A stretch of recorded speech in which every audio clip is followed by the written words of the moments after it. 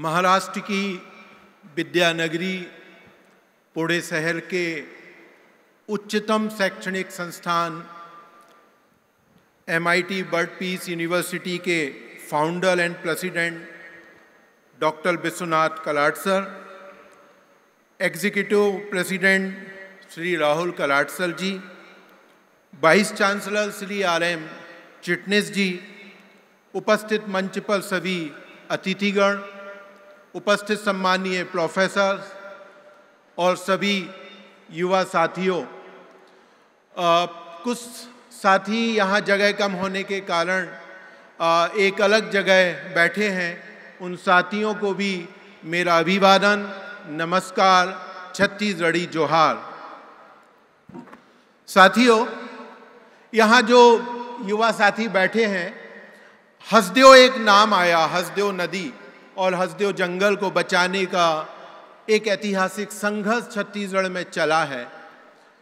क्या आप में से कभी किसी ने पहले इसके बारे में सुना है, कुछ भी सुना है?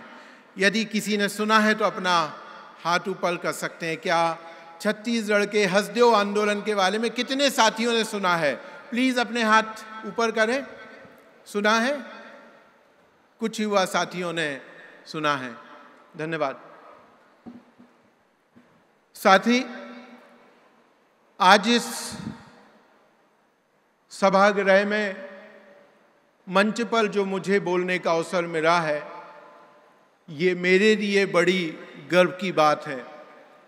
मेरे अपने जीवन में पहली बार मैं इतनी बड़ी संख्या में युवाओं के साथ संवाद कर रहा हूँ और ये सच में एक गौरव का क्षण है मेरे लिए। साथियों, आज सुबह से जब मैं यूनिवर्सिटी के बारे में जो जानकारी सर के द्वारा मुझे मिली, मैंने काफ़ी नाम सुना था MIT के बारे में, लेकिन जब आके यहाँ पर देखा कि सच में एक आध्यात्मिक और विज्ञान का संगम इस जगह पे कहीं ना कहीं है। हम जाते हैं, अलग अलग शैक्षणिक संस्थानों में पढ़ाई करते हैं, साइंस पढ़ते हैं, अलग अलग विषय को हम लोग पढ़ते हैं, लेकिन उसके साथ जो जीवन में आने वाली चुनौतियां हैं, जो समाज के अंदर चुनौतियां हैं, जो सामाजिक बदलाव की प्रक्रिया है, उसमें हमारी भूमिकाएं क्या होंगी, उसे देखने का हमारा नज़रिया क्या होगा, उस नज़रिए को बनाने का काम ये यूनिवर्सिटी कर रही है और ये अपने आप में बहुत महत्वपूर्ण है। और ये 3 दिन का प्रोग्राम भी इस दिशा में, जो मुझे लग रहा है कि मेरे अपने जीवन में किसी शैक्षणिक संस्थान में मैंने नहीं देखा, ये अपने आप में बहुत महत्वपूर्ण है। साथ ही जो हसदेव का संघर्ष है, हसदेव के जो जंगल हैं, वो सिर्फ छत्तीसगढ़ नहीं बल्कि मध्य भारत के लंग्स कहे जाते हैं। एक समृद्ध जैव विविधता से परिपूर्ण वो जंगल का इलाका है, जिसे बचाने को लेकर वहाँ के आदिवासी समुदाय संघर्ष कर रहे हैं। लेकिन उससे बड़ी बात यह है कि उस आंदोलन में देश भर के युवाओं की बड़ी भागीदारी है। ये पहली बार हुआ है इस देश में बड़े समय के बाद कि सिर्फ प्रभावित समुदाय नहीं बल्कि शहरों में रहने वाले युवा, स्कूलों में, कॉलेज में पढ़ने वाले छात्रों ने उस आंदोलन में अपनी भूमिकाएं निभाई हैं।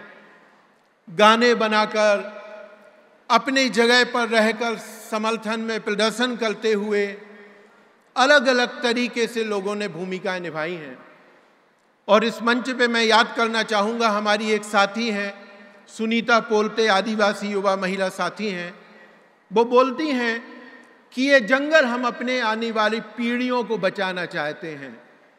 और यही बात युवा पर्यावरणीय कार्यकर्ता ग्रेटा थनबर्ग कहती हैं। आपने नाम सुना होगा ग्रेटा थनबर्ग का, कि यह किसी भी नीति निर्धारक, किसी भी सरकारों को ये हक नहीं है कि आने वाली पीढ़ियों के जीवन को इस धरती से छीना जाए।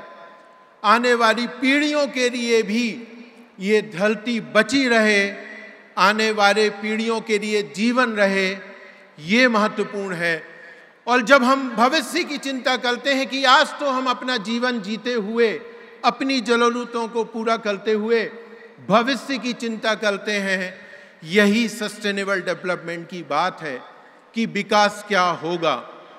लेकिन दुखद रूप से आज के समय हम देखते हैं कि डेवलपमेंट की बात बहुत हो रही है, पूरी दुनिया विकास की अंधी दौड़ में भाग रही है, लेकिन उस पूरी प्रक्रिया के अंदर जब हम देख रहे हैं तो विकास की उन परिभाषाओं में सेंसेक्स की बात होती है, उसमें जीडीपी की बात होती है, उसमें अधिकतम प्रॉफिट की बात होती है, लेकिन उस विकास की परिभाषाओं में कहीं ना कहीं गुम है, तो वो असमानता के सवाल गुम है तो पर्यावरण के संरक्षण के सवाल गुम हैं। और हमें ये लगता है कि कोई भी विकास कभी भी टिकाऊ विकास नहीं होगा यदि वो समावेशी नहीं है, सबको साथ लेके नहीं चलता है, सबकी भागीदारी यदि उस विकास में नहीं है। मैं कुछ तथ्य आप लोगों के सामने रखना चाहता हूं कि आज हम और पूरी दुनिया किस संकट से जूझ रही है। साथियों, हम सब लोग जलवायु परिवर्तन की बात करते हैं और ये बोलते हैं कि पर्यावरण का संकट बड़ा संकट है। मैं आपको बताऊं कि धरती पे जीवन के बचे रहने के लिए दुनिया के वैज्ञानिकों ने 9 प्लेनेटरी बाउंड्री तय की हैं। क्लाइमेट चेंज उसमें से सिर्फ एक है, और ये सच्चाई है कि 9 जो प्लेनेटरी बाउंड्री हैं उनमें से 6 में हम डेंजर जोन में हैं। पहले से एग्रीमेंट हुआ था कि धरती का तापमान बढ़ रहा है और किसी भी तरीके से इसे 2 डिग्री सेल्सियस से ऊपर जाने से हमें रोकना होगा। सच्चाई क्या है कि आज जो वैश्विक तापमान है वो 1.2 डिग्री सेल्सियस पहुंच चुका है, और इसी रफ्तार से यदि तापमान बढ़ते रहा तो ये यकीन मानिए कि इस सदी के अंत तक 2 डिग्री तो ठीक है, तापमान 3 डिग्री पहुंच जाएगा, और उसके बाद शायद इस धरती पर जीवन की कल्पना करना भी मुश्किल होगा। तो जो विकास की हमारी रास्ता है, क्या उस विकास के रास्ते में हम धरती को बचाने की दिशा में सोच पा रहे हैं? क्या विकास वो समावेशी है?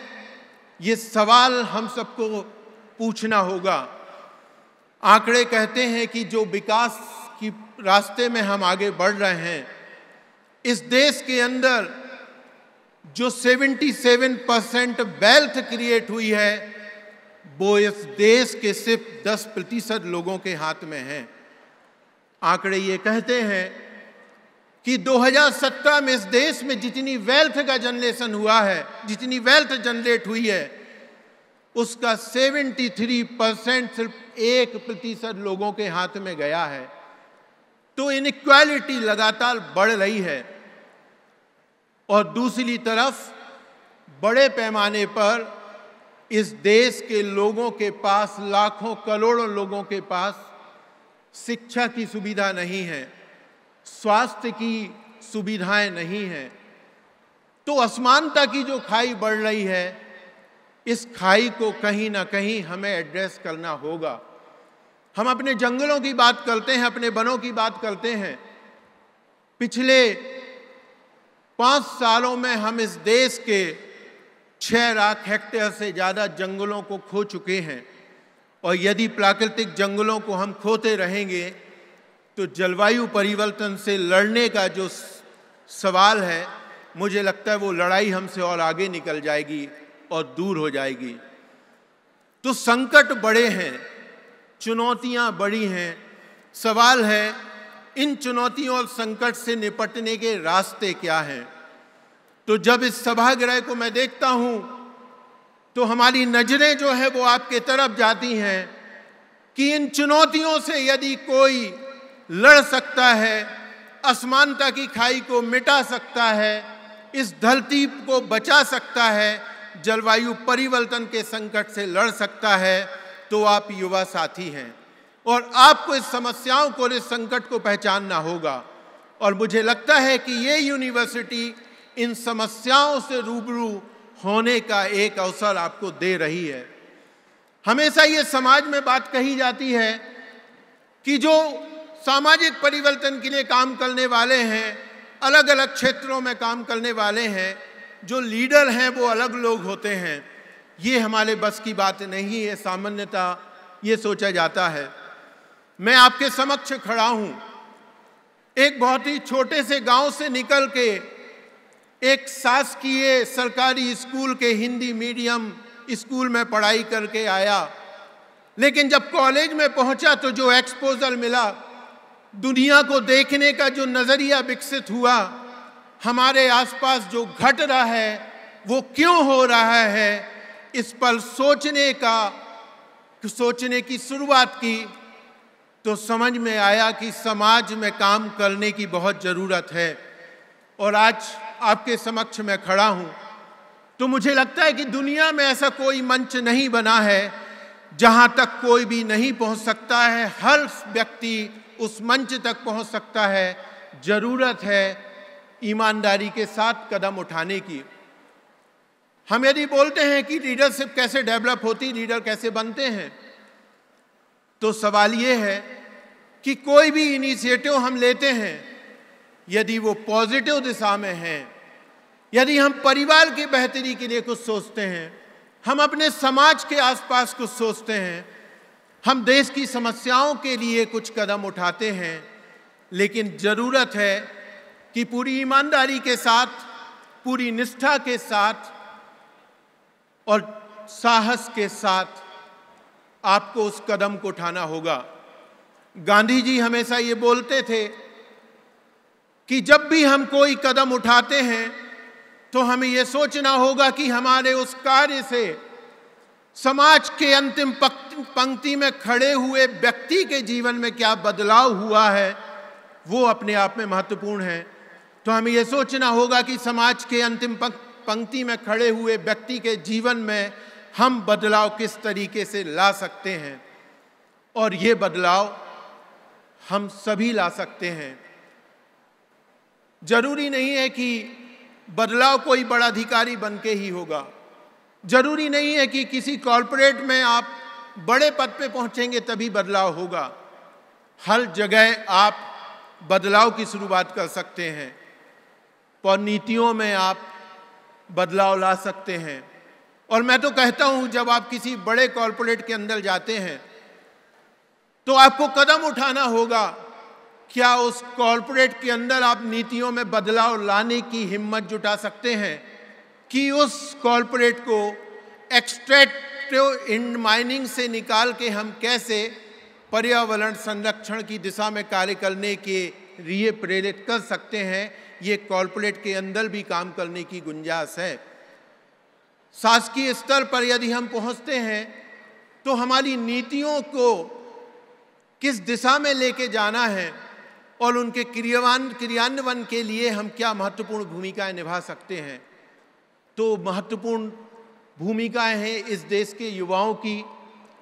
और यदि युवा किसी देश का, जब हम बोलते हैं कि युवा इस देश का भविष्य है, तो यदि भविष्य देश का है तो देश की समस्याओं पर भी युवाओं को नज़र रखनी होगी।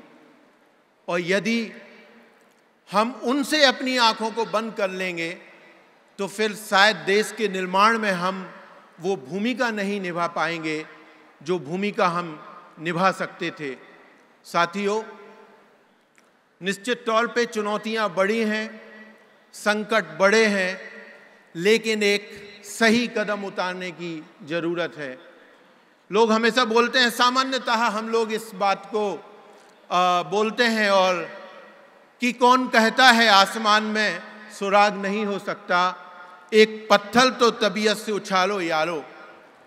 तो हसदेव का जो संघर्ष है, जब हम हसदेव के संघर्ष में समुदाय के साथ लड़ाई को शुरुआत कर रहे थे, हमने कभी नहीं सोचा था कि इतने बड़े जंगल के इलाके को हम बचाने में सफल हो पाएंगे।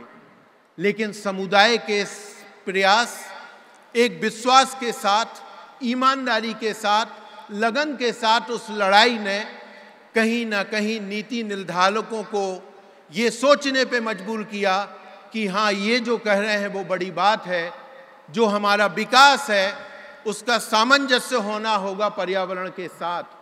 पर्यावरण के विनाश के साथ हम कोई भी सतत विकास नहीं पा सकते, कोई भी टिकाऊ विकास नहीं पा सकते।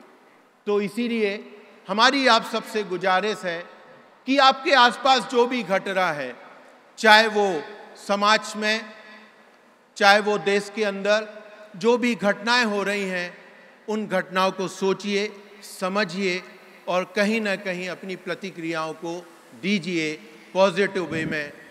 और अंत में जो महत्वपूर्ण है कि इस देश का जो संविधान है, जिस संविधान ने हमें ताकत दी है, जिस संविधान समता की बात करता है, जो संविधान सामाजिक न्याय की बात करता है, उस संविधान को जमीन पे उतारने के लिए और इस देश के लोगों के संवैधानिक अधिकारों के लक्ष्यों की प्राप्ति के लिए यदि हम सब मिलकर भूमिका निभा पाएंगे तो मुझे लग रहा है कि बहुत महत्वपूर्ण होगा। आप सबके साथ बातचीत करने का, संवाद करने का ये जो अवसर मिला है, मैं MIT परिवार का तहे दिल से शुक्रिया अदा करता हूँ इस मंच को प्रदान करने के लिए, और उम्मीद करूँगा कि आप लोगों के साथ इस तरीके के संवाद में आगे भी अवसर मुझे मिलेंगे। बहुत बहुत शुक्रिया, बहुत धन्यवाद। जय हिंद।